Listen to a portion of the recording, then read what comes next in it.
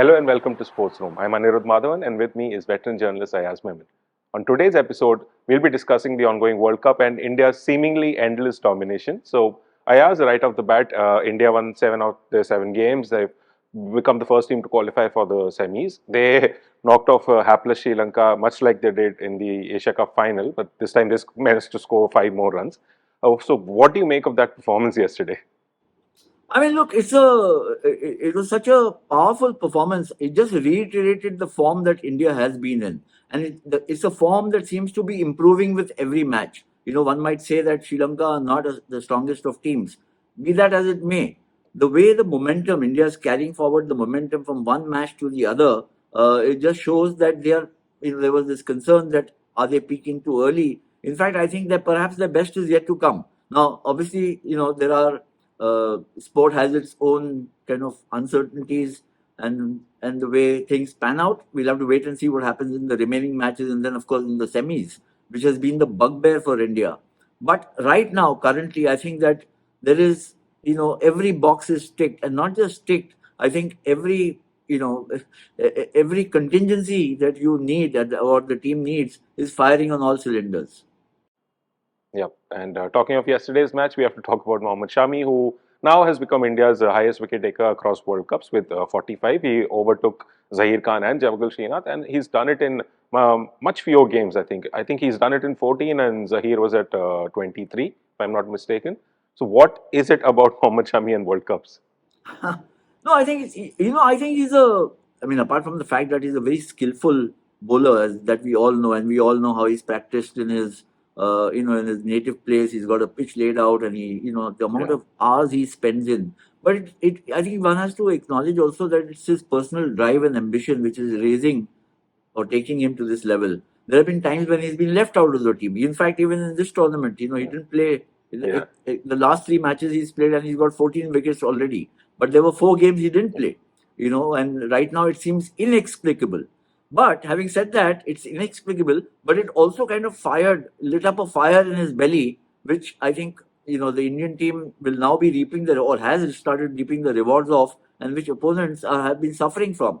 So Mohammad Shami is somebody who loves the challenge. If you remember, even as a test bowler, there were times when he would, he was called a second innings bowler because in the first inning he wouldn't get enough results or enough rewards. And then suddenly, when there's some threat or India's pushed to the corner, he would come back with a roaring spell or pick up wickets. So he's been that kind of a personality, I think, as a cricketer, that when he's under the pump a little, when he's pushed a little into the corner, he strikes back and strikes back marvelously. So we've seen that. He was not part of the T20 team for a while. And last year in the T20 World Cup, he was amongst your best bowlers. And then in test formats, we all know how good he is. I think what's also working to India's advantage, Shami has been brilliant, so has Bumrah, and so has Siraj. I mean, there were talks of leaving him out in the remaining matches because Hardik Pandya might come back and he was expensive and going for too many runs, not picking up wickets. But we saw what happened against Sri Lanka. I mean, so this is an outstanding bowling attack, pace bowling attack that we got collectively also with the spinners, and outstanding attack. And I think India's success in this tournament so far, while the blazing bat of Rohit Sharma and Virat Kohli's consistency and Rahul the way he's batting, and also now Shreyas Iyer and Sky, batting has got so much of the attention. Actually, India in this really happy position, largely because of the bowlers and the bowling attack. Because in the middle overs, in matches where they were stuck a bit, it was the bowlers, the spinners. At the start, it's the pace bowlers who were giving the wickets. At the death, it's the pace bowlers who are bowling economically. So I think that the bowling attack must be really given far more credit. And within that, of course, the attack, the credit for Shami should know, there should be no restraint. Yep. And you touched upon it briefly, Hardik Pandya. So, the biggest question right now is who does he replace when he comes back? Yeah, it's a very vexing question, isn't it? It's a vexing dilemma for Rahul Dravid and for Rohit Sharma and for the Indian team because, if Pandya is in, then you get 6 bowlers. That's the big advantage. Right now, your situation is you got 3 fast bowlers and 2 spinners. Not a bad attack at all. Most teams are playing with that kind of a combo, and all bowlers in form. If Pandya comes in, but who goes out? Then you have to then think of maybe dispensing with a batsman, maybe somebody like a Surya Kumar Yadav, who's also looked good. So I think from now onwards, India will play it like horses for courses, see the kind of pitch there is. Yes, we are in the semi-finals. So actually, effectively for India now, the tournament begins from the semis. They've done what they have to do. One more win will put them on top of the table, and they'll play number 4. So there's not much now that remains to be done except to see whether Pandya gets fit, how swiftly he gets fit, and then what do you do with the combination? I think it's going to be a very tough call for the chief coach and the captain to keep somebody like Pandya out. At the same time, who do you omit to get Pandya in? And you also have to remember that you spoke about Shami warming the bench and that lighting a fire under his backside. You also have Ravichandran Ashwin sitting in the bench. So I don't know whether he comes back into the team. So it's a good problem to have in some ways for India. Anirudh, the key to that problem, I think, might lie in the assessment whether Pandya can bowl 10 overs or not. If he's good for 2, 3, 4 overs, then they might say it's not worth it to play him just for those 3 overs when everybody else is firing so well. But if he can bowl 10 overs, and we all know he's a terrific, finisher, middle order batsman, brilliant fielder, then it becomes very tough to keep him out. I mean, on the face of it also, any other team would give everything to get a Pandya in their playing level. And India in the situation where as we are talking now, we are debating whether Pandya should be there or not. Heading into the semis, do you see India having to be wary about anything? Because we've seen a almost flawless campaign till now. But do you think there will be some psychological hurdle heading into the semis? Yes, I mean, we lost twice in the semis in the recent past, 2015, 2019. If you go back to 1987, we lost in the semis there also. And all 3 times, Anirudh, we were favourites to win. In 2015, we hadn't lost a single match till we played Australia, lost that in the semi-finals, and of course we were out. In 2019, we had lost 1 match to England. And then, but overall, everybody said India is the best team. But in the semi-final against New Zealand, we stumbled. In 87, we looked the best team playing at home. 1K lost to England because, England were tactically superior that day. So you have to guard against this stumble, the semi-final stumble that has occurred worryingly and frequently enough in Indian cricket. I think that's the big worry. Yep. So talking about worries, India now plays South Africa, the 2 table toppers, on Sunday at the Eden Gardens, and they might potentially play again against each other, possibly in the final. So what do you expect from that, and do you think that South Africa will stick to the strategy of batting first, putting up a huge score, and then making India chase? Yeah, I think that strategy depends a lot on whether you win the toss. So I mean, if that's the case, yes. Though, because remember, they are still not yet in that sense confirmed to be in the semis. We'll have to wait and see how. It's a technicality. I'm sure with 12 points they'll be there because there are too many permutations and combinations that have to happen to keep South Africa out. But this is going to be a terrific match because these 2 teams have looked, India has looked miles ahead of everybody else, and so has South Africa come along very, very strongly despite losing once to Netherlands.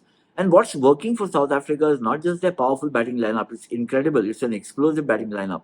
But the way their fast bowlers are performing, especially Marco Hansen, and of course there is Coetzee and there's Rabada and Ngidi. But also their spinners. I think Keshav Maharaj and Tabraiz Shamsi have proved to be as effective as, as much virtually as the Indian spinners. So that gives a sort of roundedness to South Africa's bowling attack, which may not have been thought of. It was there about 2 weeks back. So I think this is going to be a crucial match for one-upmanship to keep the momentum going and to suss out, players in the field when they engage against each other. There's a lot that can happen in understanding the rivals, and both teams will be looking towards that.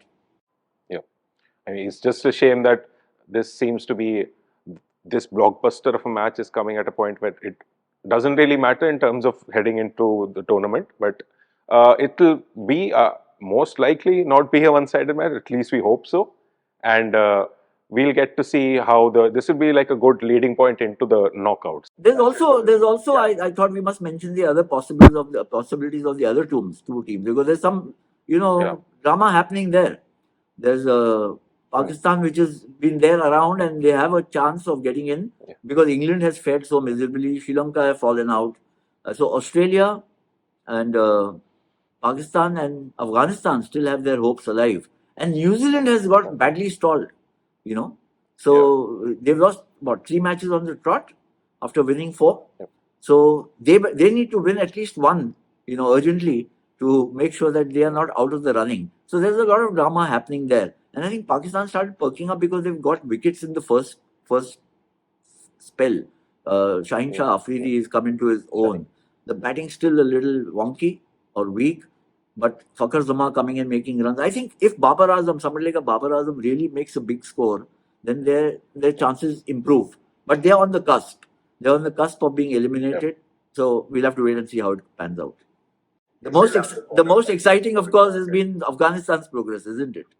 Afghanistan, yeah. I was coming to it. So Afghanistan, they would be, I don't know, really sad about the fact, angry about the fact that they lost the first game to Bangladesh, and that is the only team that Bangladesh has beaten in this World Cup. And had they won that game, they would have been with Australia right now. And they play the Netherlands, and if they win that, they go up to 8 points. That will be with Australia and New Zealand. And if they manage to knock off Australia or South Africa, because we know South Africa is prone to these things.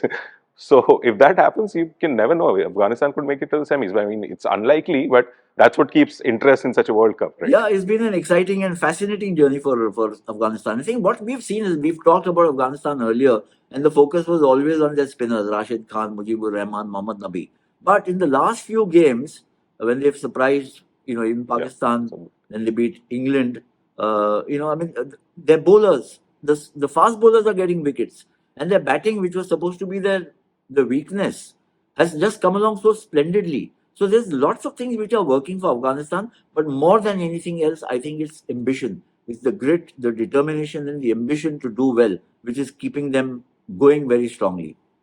Yeah, and for all that is to come, all we can say is this has turned out to be quite an interesting phase of the World Cup, and we just hope this continues. And that's it for this episode of Sports Room. See you next time.